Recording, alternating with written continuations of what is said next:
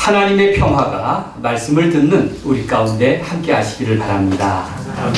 오늘은 올해 교회력 마지막 주일입니다. 마지막 주일은 그리스도 왕 주일, 또 영원한 주일이라고 부릅니다. 영원한 주일 한 주간 동안에는 나하고 함께 사시다가 먼저 떠나신 분들을 추모하는 그러한 시간이기도 합니다. 그런 그리움으로 고인을 회고하는 시간들이 되기를 바랍니다. 한 해를 마무리하면서 추수감사 주일로 지키게 된 것도 복된 일입니다. 감사로 마무리하는 것이 일상이고 또 일생이었으면 좋겠습니다. 평소 순간순간 감사를 고백하는 사람이 그런 감사가 몸에 배는 겁니다. 저는 날마다 감사 한 가지씩 기록하는데 참 쉬운 일이 아닙니다. 억지로 짤 때도 있습니다. 평소 못하다가 갑자기 마음 먹는다고 감사가 습관이 되지는 않는 모양입니다. 감사절 설교를 준비하다가 문득 빚진 마음이 되어서 제가 감사할 인물을 떠올렸습니다. 한동안 잊고 지냈던 국민일보 염성덕 기자입니다. 10년 전부터 제가 고맙다고 밥 한번 사겠다고 약속을 했는데 10년이 지나서 생각이 났습니다. 어제 전화를 걸었더니 작년 봄에 국민일보를 퇴직하고 고향 춘천으로 내려가서 어느 주간신문에 재취업했다고 합니다. 이제 밥을 사러 춘천까지 가야 할 참입니다. 그분이 2011년도에 꼭 10년 전인 이맘때 제게 국민일보 칼럼을 맡겼습니다. 당시 우리 교회는 감리교회로 등록을 못한 상태여서 그냥 제 소개를 색동교회라고만 썼습니다. 대개 그 칼럼 지면은 대형교회 목사들이 기부금을 내면서 쓰는 지면인데 그는 제게 값비싼 원고료를 챙겨주면서 1년 동안 칼럼을 맡겼습니다. 제가 한국교회를 대표할 만해서가 아닙니다. 당시에 그는 저를 1년 동안 배려한 생계형 칼럼이었습니다. 몇 년 후 또 한 번 기회를 주었습니다. 그래서 늘 빚으로 생각하고 있었습니다. 그 염성덕 종교국장은 2005년도에는 무려 150회나 제게 십자가 상징 칼럼을 연재할 기회를 주었습니다. 그는 오늘의 나를 한국교회 안에서 십자가 목사로 만들어준 사람입니다. 그때는 내가 그 신문에 도움을 준다고 생각해서 까다롭고 좀 비싸게 굴었습니다. 돌아보니까 내가 받은 은혜였구나, 선물이었구나 하는 생각이 철이 들자 들었습니다. 우리 인생이 다 그렇지 않습니까? 겸손히 돌아보니 그제서야 은혜가 내 눈에 들어오고 감사가 내 마음에 느껴졌습니다. 오늘 설교는 로마서의 중심 메시지입니다. 사도 바울은 예수 그리스도 안에 부요한 믿음과 넉넉한 인생이 있음을 말하고 있습니다. 본문에서 사도 바울은 자기가 믿었던 이전의 율법 종교와 새로 받아들인 새로운 복음 신앙 사이의 차이를 해명하고 그리고 그리스도교가 지닌 믿음의 부요함에 대하여 밝히고 있습니다. 더 나아가 자기 민족 유대인들을 향해서 율법의 종교와 믿음의 종교 사이에서 분명히 선택하라고 묻고 있습니다. 사도 바울은 자기 민족 이스라엘 백성이 얼마나 율법에 열심히 있는가를 인정합니다. 이렇게 비유하고 있습니다. 오늘 본문에 보니까 열심히 지나친 나머지 하나님의 의를 얻기 위하여 앞으로 달려가다가 그만 그리스도를 지나쳐버렸습니다. 하늘에까지 올라갔고 또 반대로 무적행, 지옥까지 내려갔다고 비유하고 있습니다. 유대인의 실패는 바로 그들이 하나님께 열심히 있지만 그러나 올바른 믿음, 올바른 지식을 따른 것이 아니었기 때문에 실패했습니다. 유대인의 노력은 열심이란 점에서는 평가받을 수 있지만 그들은 하나님의 의를 멀리서 찾았다고 그렇게 안타까워합니다. 그러나 바울은 말하기를 하나님의 율법은 멀리 있어서 도달할 수 없는 불가능한 것이 아니라 오히려 사람의 입과 마음 속에 있는 것이라고 그렇게 설명합니다. 8절 말씀입니다. 그러면 무엇을 말하느냐? 함께 읽겠습니다. 시작. 그러면 무엇을 말하느냐? 말씀이 내게 가까워 내 입에 있으며 내 마음에 있다 하였으니 곧 우리가 전파하는 믿음의 말씀이라. 위에 왜 유대인들은 지척에 있는 복음을 외면한 채 하늘로 또 땅속으로 찾아 헤매었을까요? 그들은 하나님을 섬긴다고 하면서 늘 자기 의로움을 고집했습니다. 결국 잘못된 열심 때문에 오히려 하나님을 거스르게 된 것입니다. 율법은 모두 613가지나 되어서 누구나 완벽하게 지킬 수 없습니다. 불가능한 일입니다. 그런데 유대교는 이런 율법에 더 무거운 종교의 멍에를 짊어집니다.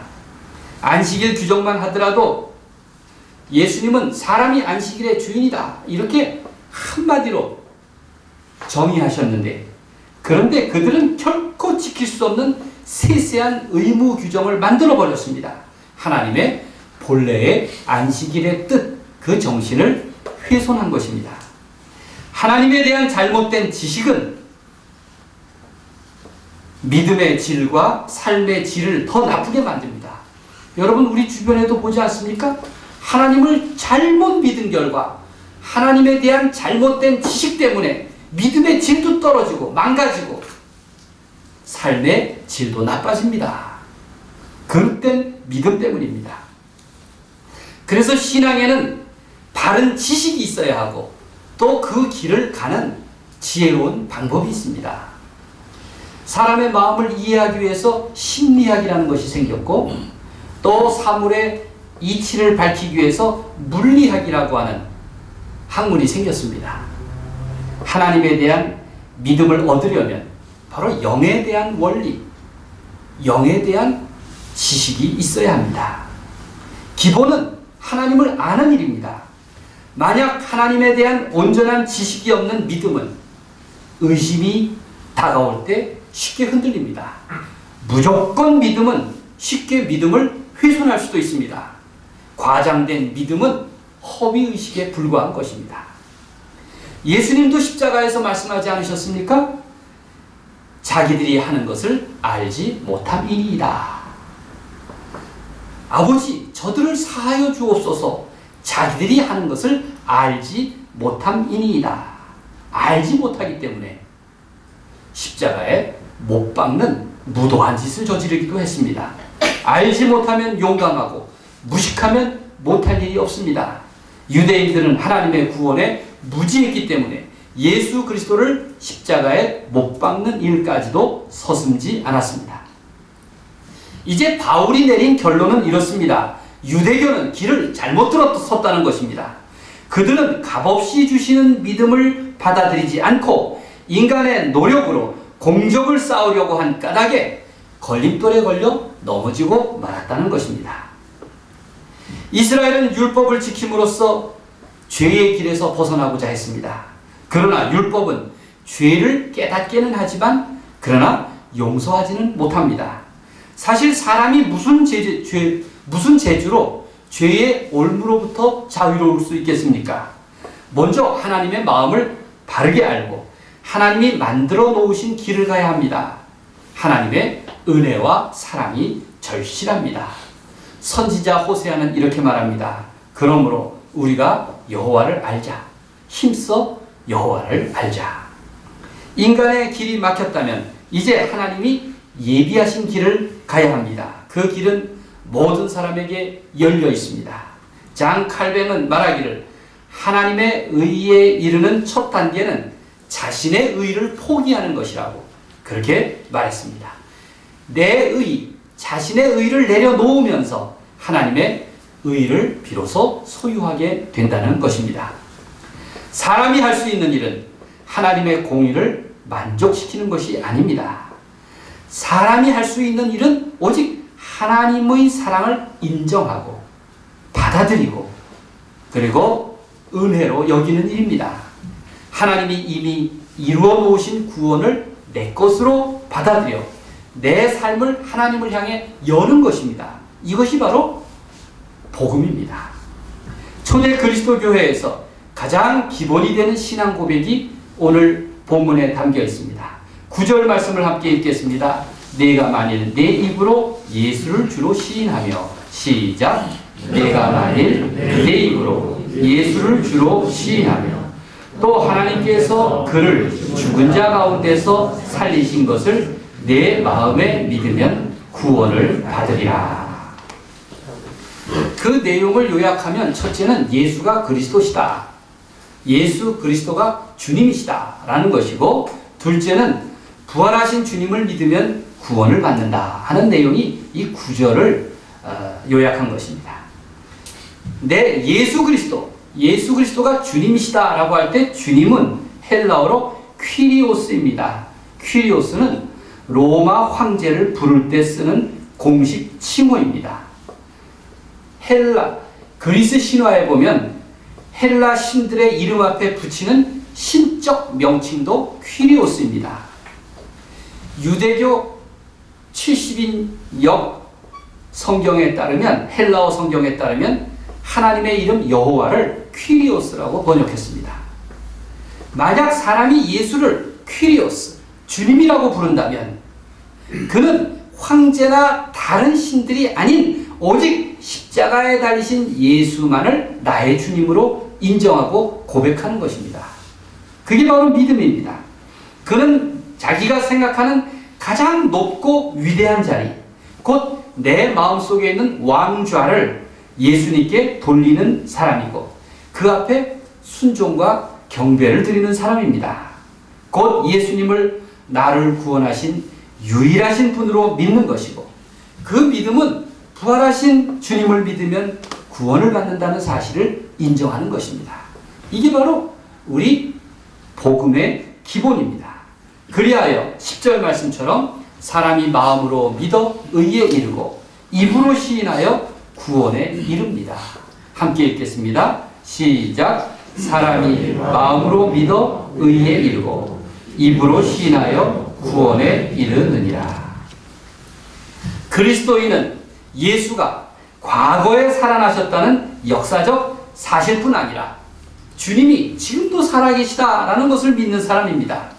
신앙은 그리스도라는 인물에 관해서 아는데 그치지 않고 예수 그리스도와 함께 살아가는 것입니다. 그래서 신앙은 부요한 믿음, 곧 지식을 넘어서 넉넉한 인생, 곧 삶이 되는 것입니다.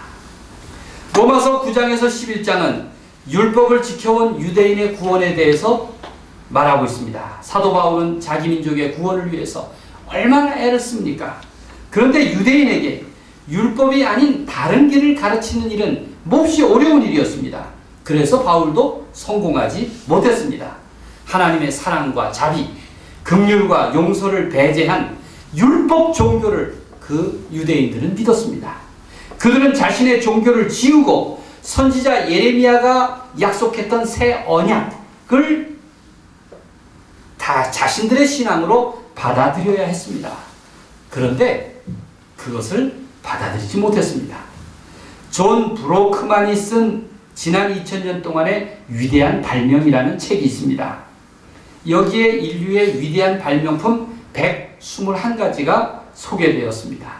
인쇄술, 전기, 비행기, 컴퓨터, 인터넷, 세탁기, 이런 것들입니다. 그런데 놀라운 세계적인 발명품 가운데 아주 보잘것없는 물건 하나가 끼어 있습니다. 그게 지우개입니다. 지우개는 인류가 발명한 위대한 물건입니다. 지우개 덕분에 인류의 기록 문화는 극적으로 발전하게 되었습니다. 만약 지우개가 없었다면 미술가든 시인이든 음악가든 귀한 작품들이 현재와 같은 완성도를 이루지 못했을 것이라고 합니다. 그런데 유대인들은 지우개를 알지 못했습니다. 아니, 그 지우개를 보잘것없이 여겼습니다. 그들은 율법을 돌에 새기고 결코 지울 수 없는 열심을 추구했습니다. 그들은 마음의 종교를 이해하지 못했습니다. 은혜로 지우고 사랑으로 새기는 은총의 힘을 알지 못했습니다. 율법 종교의 높고 완고한 벽 때문에 예수 그리스도의 사랑이 곧 율법의 완성이라는 사실을 이해하지 못했습니다. 결국 하나님의 진리를 발견하는 데에는 실패하고 말았던 것입니다. 왜 그렇습니까? 지우개가 없었기 때문입니다. 예수님의 사랑은 옛 모습을 지우고 새롭고 아름다운 삶을 다시 살게 하는 은총의 힘입니다. 실수투성이의 인생을 하나님의 용서와 사랑으로 지워주시지 않는다면 우리 인생은 어떻겠습니까? 죄와 허물과 저주로 실패하고 말 것입니다. 사도 바울은 강조합니다. 예수 그리스도를 믿는 그 믿음으로 얻는 구원은 유대인과 함께 그리고 온 인류에게 보편적으로 보여주신 하나님의 사랑이다. 이렇게 말하고 있습니다. 12절 말씀을 함께 읽겠습니다. 유대인이나 헬라인이나 시작. 유대인이나 헬라인이나 차별이 없습니다. 한 분이신 주께서 모든 사람의 주가 되사 그를 부르는 모든 사람에게 부요하시도다. 우리는 그 사랑에 참여하도록 부름을 받았습니다. 하나님의 사랑에는 출신이나 신분이나 국적이나 직업이나 어떤 것도 걸림돌이 되지 않습니다. 하나님은 그리스도를 주님으로 고백하는 사람 모두에게 부요하시기 때문입니다. 우리는 그러한 부요한 믿음과 넉넉한 인생을 살도록 부름받았습니다. 서울 종로 5가에 서울 디아스포라 교회가 있습니다. 이제 1년 되었습니다. 필리핀 사람들이 모이는 외국인 공동체입니다. 제가 그 교회 창립 때 주문을 받아서 날개 십자가를 만들어 주었다는 이야기 기억나시나요? 날개 십자가. 저에게 십자가를 만들어 달라고 요청할 때 필리핀에서 나무를 하나 공수해 오라 그래서 그 나무를 받아서 그걸로 이제 날개 모양의 십자가를 만들었는데 이 땅에 살러 온 필리핀 사람들이 주님의 날개 아래 보호받기를 그리고 날개로 날아서 고향에 돌아갈 수 있기를 그 십자가의 뜻을 담았던 것입니다. 다음 주일이면 오후에 타향살이 30년 필리핀 이주 노동자들의 이야기 토크쇼를 연다고 이제 초대했습니다. 그 타향살이 30년 필리핀 이주 노동자들의 이야기는 한국에 온 지 만 30년이 된 5명의 교인들을 축하하는 자리랍니다. 그런데 아쉽게도 그들은 한국말을 할 줄 모른다고 합니다. 밤낮 일하느라고 한국어를 배울 새가 없었다고 했습니다. 저는 그 심정을 충분히 알 것 같습니다. 여러분은 세상에 30년을 살면서도 한국말을 못해? 전혀 이해하지 못하죠? 저는 이해합니다. 특별한 날에 교회가 무슨 선물을 준비했냐고 제가 물었습니다. 그랬더니 이런 말을 하더군요. 우리는 그 5명의 30년을 맞은 필리핀 사람들에게 한국 이름을 주기로 했습니다. 야, 참 기가 막힌 선물 아닙니까? 한국 이름. 그럼 성은 뭘까요? 힌트는 필리핀 사람입니다. 아이고 대단하십니다. 성은 PC예요. PC. 돌림자는 뭘까요? 한국에서 살았으니까 한자입니다. 한. 그래서 5명이 남자들인데 다 피한정, 피한의, 피한평, 피한화, 피한창 이렇게 이름을 붙인대. 제가 어떻게 이름을 다 기억하죠? 정의, 평화, 창조 질서의 보전, 그 순서대로 이름을 주기로 했기 때문에 제가 기억합니다. 필리핀 공동체의 대다수는 불법 체류 노동자들입니다. 그분들은 교회 올 때 다 카톡으로 어디에 의심스러운 사람이 지키고 있다. 다 서로 연락하고 그러고 모인답니다. 어떤 날은 목사님 단속이 심해서 오늘은 못 갑니다. 이런 얘기를 보내준다는 거예요. 이야, 이 땅에서 부자유하게 예배드리는 그들의 마음이 참 와닿았습니다. 우리는 얼마나 자유롭게 하나님을 예배할 수 있습니까? 그들은 처음에는 다 합법적으로 왔습니다. 그러다가 눌러 앉은 겁니다. 그들은 무시를 당하면서도 한국이 천국이라고 고마워한다고 했습니다. 30년 동안 단속을 피해서 간을 다 녹이면서 살았지만 그래도 한국은 살만한 곳이고 자기가 벌어서 필리핀에 남겨둔 식구들과 심지어 친척들까지 먹여 살린다고 그렇게 말합니다. 그런데 정작 우리는 어떻습니까? 한국 사람, 그 자랑스러운 한국 이름을 가진 많은 사람들은 헬조선이라고도 부르지 않습니까? 참 입장이 다르다는 생각이 들었습니다. 하나님의 은혜로 살면서도 하나님을 믿지 못하는 사람들도 마찬가지일 것입니다. 사도 바울은 촉구합니다. 너희는 그 완고한 율법주의, 자기중심주의를 버리고 하나님의 은총을 받아들여라. 부요하신 하나님의 선물을 받아들이고 감사하며 넉넉한 인생을 살라는 것입니다. 부요함이라는 것은 헬라어로 많다는 의미와 함께 자비하다, 은혜롭다 하는 뜻을 가지고 있습니다. 사람은 두 개의 통장을 지니고 있습니다. 하나는 적금 통장이고 또 하나는 적심 통장입니다. 현금을 모으는 적금 통장은 매우 중요합니다만 또 마음을 담아두는 적심 통장은 얼마나 중요합니까? 사랑의 통장, 웃음의 통장, 이해의 통장, 봉사의 통장, 기쁨의 통장, 감사의 통장, 인내의 통장, 이런 계좌들이 다 적심 통장에 속합니다. 부요함을 따질 때 적금 통장은 얼마, 숫자로 따지지만 그러나 적심 통장은 감사의 마음으로 그 부요함으로 셈합니다. 둘은 결코 비교할 수가 없습니다. 우리의 마음을 담아두는 적심 통장은 참 부요함이 무엇인가를 보장해 줍니다. 예수님도 말씀하지 않으셨습니까? 곧 하늘에 둔 바 다함이 없는 보물이니 거기는 도둑이 가까이 하는 일이 없고 좀도 먹는 일이 없다고 하셨습니다. 그러한 적심 통장은 바로 감사라고 하는 계좌입니다. 감사는 하나님을 향해 마음의 문을 열어야 발견할 수가 있습니다. 나를 위하시는 주님의 사랑을 받아들이는 사람은 잔고가 아주 넉넉한 사람입니다. 그리하여 그는 넉넉한 인생을 살아갈 수가 있습니다. 고린도후서 8장 9절은 이렇게 말씀하고 있습니다.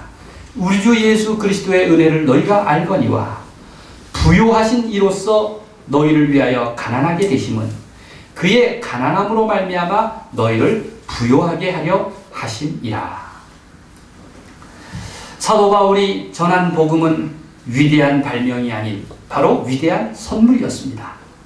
예수 그리스도 안에서 풍성한 생명을 얻고 부요한 믿음을 품으며 넉넉한 인생을 살도록 이끌어줍니다. 부요하고 넉넉하니 내게 주신 은혜에 감사하게 되고 그 사랑을 나누며 증거하는 그리스도인으로 살아갑니다. 오늘 15절의 말씀처럼 우리들이 다 아름다운 소식을 전하는 발걸음으로 살아갈 수 있게 되는 것입니다. 하나님께서 우리의 믿음을 부요케 하시고 내 인생을 넉넉하게 하시기를 간절히 소망합니다.